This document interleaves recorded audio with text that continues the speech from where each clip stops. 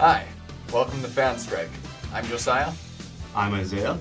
I'm Elijah. And I'm Levi. Our first topic for Fan Strike is The Last Jedi. Now, strikes are basically just mistakes, movie flaws that we count and we tally them up.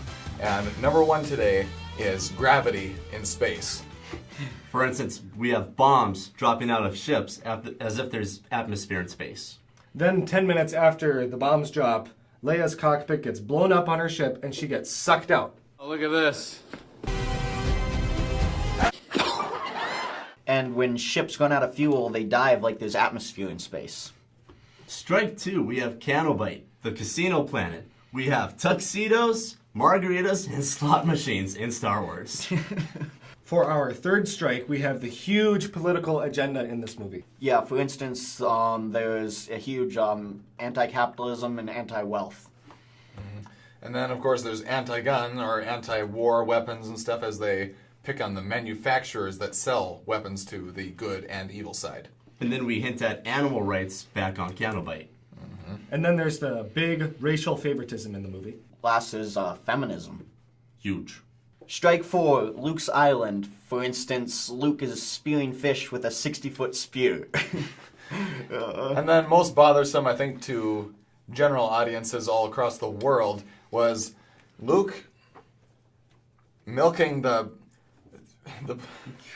can we say boob? Our next strike is the topic of light speed and how they apply it in this movie. First off, the light speed tracking system that the First Order has, it's kind of a big deal for them to have something like that, and they just kind of brush it off like there's no need for an explanation for where it came from or why they don't use it to track all the ships instead of just this one. And also, I have to complain, being an 80s fan, that it is modeled in a giant form of the Back to the Future flux capacitor. Great Scott!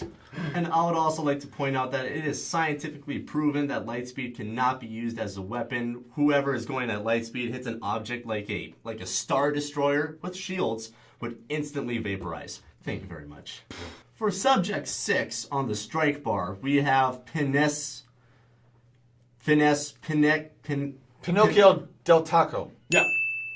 It's close enough. First with Pinocchio Del Taco is why did he wait for Finn and Rose to show up in his cell to escape? Yeah, and second, Pinocchio Del Taco's delayed betrayal. Why did he wait so long after they were on the ship to betray them? Because he led them all the way to the flux capacitor before they got caught. And then, of course, there's also the question of how did he know what the Resistance new plan was, since even Admiral Holdo didn't tell Poe Dameron?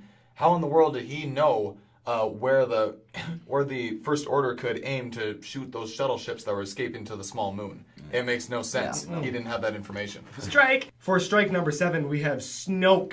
Enough said. Yeah. Yep. Strike 8, Rey. Indeed. Rey has no training and yet is somehow the most powerful and fearsome Jedi, or whatever you'd call her, Force user in the galaxy. And to add to that, she freaking beats Luke Skywalker in a stick fight. First try. And for her backstory, there is no backstory. For now. Her parents are nobody. Spoiler. Yeah. Strike number 9. The Salt Speeders. I like to say, what was their plan? Because the only possible way for it to work is if Finn did the kamikaze, which Rose eventually prevented. Mm-hmm. Plus, these salt speeders are falling apart from being in storage for a certain amount of years. Strike. Right. Then they stopped firing once the ships got close, and they were close to achieving the mission. Mm-hmm. And then, of course, finally, they already mentioned that those things were going at full speed, full throttle, and after Rose and everybody else pulls out, Finn keeps going for like another 2 minutes, and then Rose catches up to him and knocks him out of the way. Yeah. Physically impossible. Strike. Mm-hmm.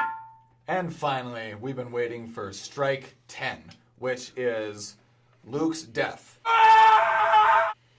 Apparently, may the Force be with you needs to also have in parentheses afterwards, or the Force may kill you. Luke projecting himself, an image of himself across the galaxy, led him to his death, which is not exactly a hero's way out since he didn't really accomplish anything. 4-minute diversion. Also, the bright side is, after you die, apparently a Force ghost can summon lightning in our physical world. Oh, that's the Force first. That's pretty cool. Yeah. That's the first. So that's it we got for strikes. In conclusion, we'd like to give a special thanks to The Last Jedi Sucks, Yep. Power Converters, and Powerful Star Wars Memes of Instagram. Thank you for sharing our video. We want to thank you all for watching, and please do keep us in mind because we're going to have more videos coming out. This is only the first of many videos because we're going to be covering the Marvel series, we're going to be covering the DC series, as well as all the other Star Wars movies, God forbid, that they continue to make and bring out in the future. So please do subscribe, like us on Facebook, follow us on Instagram. Leave a message in the comments. Yep.